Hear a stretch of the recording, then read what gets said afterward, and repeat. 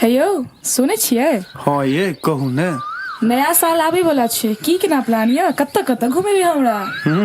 एबर तो हम सोचने छलिए अपन प्लान अहाँ के नहीं बताएब, लेकिन अब अहाँ पूछ दिलिए तो हम बता दी जे एबर नया साल में अहाँ के पूरा मिथिला धाम घुमाएब। चलबे ने मिथिला धाम घूमे ले? हाँ हाँ जरूर चलबे। ठीक।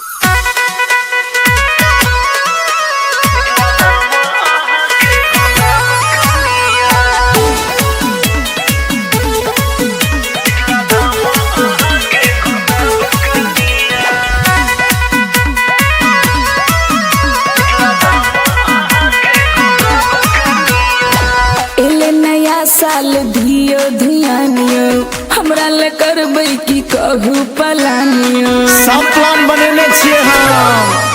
हे एले नया साल धियो धियानियो हमरा ले करबै की कहू पलानियो।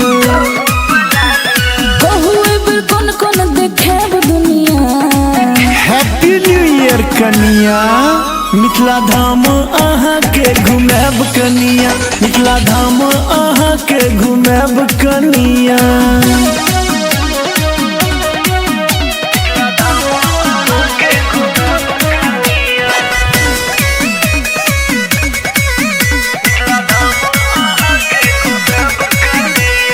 सिया जनमली से मैट चलू देखबे, जनकक दुलारी के भर मोनी रखबे। अच्छा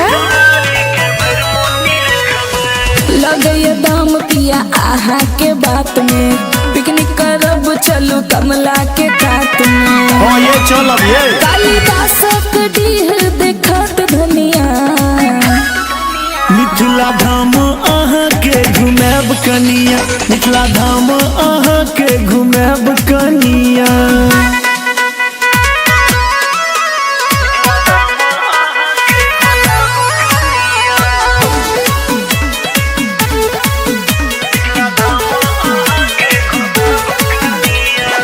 मिथिला हाट से हो चलू घुमा देब, बोटिंग शॉपिंग सबटा करा देब। हाँ ये बेर मिथिला हाट हम घुमेबे करब।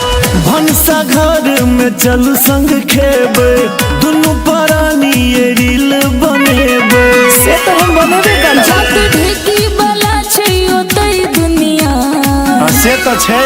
मिथिला धाम अहाँ के घुमाएब कनिया, मिथिला धाम अहाँ के घुमाएब कनिया।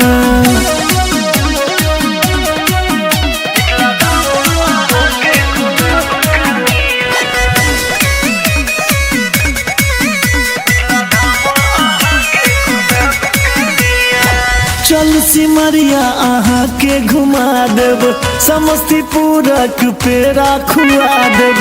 हाँ हाँ नया साल में मुँह मिठेरा चाहिए। अच्छे सीने हैं ई केलक भी भोरियो, मुस्कुत रहे नव साल नव भोरियो। आहा राजा छी हम अही करनिया, नव वर्ष के बहुत बहुत शुभकामना। मिथिला धाम अहाँ के घुमाएब कनिया, मिथिला धाम अहाँ के घुमाएब कनिया।